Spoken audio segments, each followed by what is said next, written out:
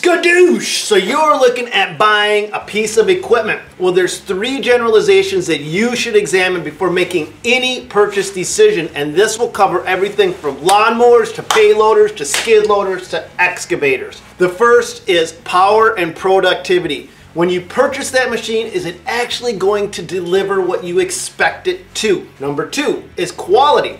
When you purchase that machine, is it going to continue to deliver results long after it's paid off? That's when a machine gets profitable. And number 3 is so absolutely important that I've broken it into 2 separate subcategories. That's serviceability. How well can you dig into that machine and maintain it? And then, if you do have a breakdown, what is the local shop like that you have to bring it into? That is a key factor when making a purchase decision. I'm going to be using Case equipment as my guinea pig today, and we're going to see how they hold up to these 3 important categories. So let's get started. Power, productivity, and performance are one category. Basically what it means is when you put your butt in the seat of that machine, does it deliver? Now in today's example with the Case excavators, absolutely. I got a chance to use the mini excavator lineup all the way up to the mid-size excavators, and their power was eye-opening, to say the least. I'm not so concerned with bells and whistles. I want end results. Impressions of a piece of equipment. It's always your first impression. What is it like when you initially get into it? And what's your impression after you've had it for 5 or 10 years? What's the upkeep like on it? My first impression of this machine is this is a get in and go type of a machine.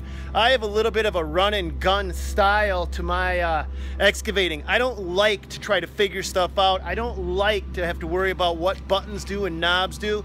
This has got a very intuitive control system. Anybody that's familiar with excavators can hop in this thing and immediately go to work. I was in this thing less than 2 minutes before I was ripping out a swimming pool, and I'd never been in a Case mini excavator like this before in my life. And everything felt comfortable, fast, convenient, easy to use. I like the initial layout. Demolishing the house, we had a giant footing that we had to literally tear out of frozen dirt. We put the excavator on it just to loosen it up. And to our shock and surprise, it literally lifted the entire half of the house out of the ground. We never expected a machine to deliver on that kind of power, but when it does, that's a very pleasant surprise. The thing I was really impressed by was how the power wasn't isolated to just that one machine. On other job sites using smaller Case excavators, they continue to deliver power beyond what I've experienced in the past. Number 2 is quality. How well will that machine continue to deliver long after it's been paid off? This is the make it or break it to most business owners. Now when I think of quality, I think of long-term dependability. Does the machine run problem-free while you're trying to pay it off? But then after you finally finish with that last payment, will that machine continue to operate without giving you too many headaches or hassles? Let's take a look at this old Case Bulldozer of mine. I've had it for over a decade. I haven't used it in the last 5 years. In fact, the last time that this machine was ever ran was 8 months ago. Let's go see if it'll fire up for me.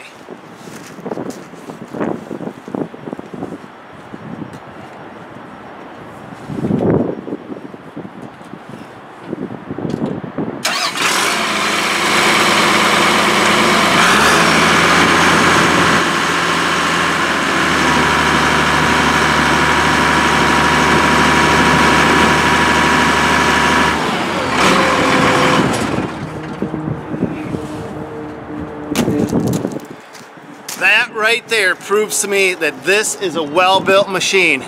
Not fired in 8 months, and it doesn't even turn over, meaning that I am confident as a business owner that if I need this piece of equipment, it's got my back. Serviceability. This is a key component to the long-term profitability of owning a piece of equipment. Has the engineers designed that piece of equipment to allow you to easily and quickly gain access to the vital components of it? Have they designed it so that you can do simple repair work without having a degree in engineering? So right here we've got the Case Zero Tail Swing Model CX60C, and the sister unit to that is right over here. This is the Case CX57C, right? CX57C. and that's your conventional tail swing. Both have excellent accessibility. You can see how you can get right at the engine and have everything right there. The last but not least, what I want to talk to you about is your local shop. I get the question all the time. Hey, I'm thinking about buying this piece of equipment. The first thing that I want to ask you guys is, what is your local shop like for that piece of equipment?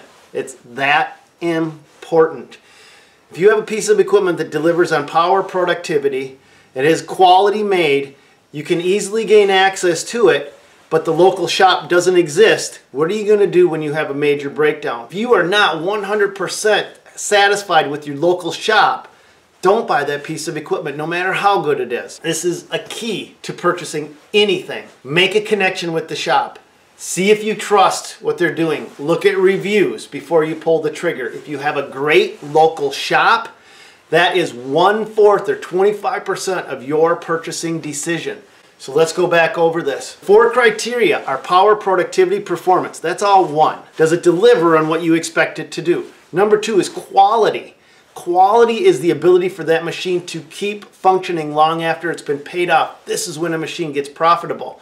Number 3 is serviceability. Can you handle the daily maintenance of that machine? That keeps your operating expense to a minimum. Access in the field is important. Eric, what have you guys done to make that happen? It's part of our heritage of case DNA. It's ground line serviceability. With the new C-Series, we've maintained that and improved upon that. As you can see here, access panels flip up from the ground. You can see all your daily checks right here. You got your water, your radiator, engine oil check and fill, fuel filter, drain the water separator, electronic fuel priming standard, air cleaner access right there in the back. Everything you need to get to from one simple location. Number 4 is, how well of a connection do you have with your local shop? It's important that you vet that shop and you have a great local shop. But now I want to hear from you guys. What is your favorite piece of equipment, and what's your least favorite piece of equipment, and why? I hope this has helped you guys out. What are you waiting for? God bless.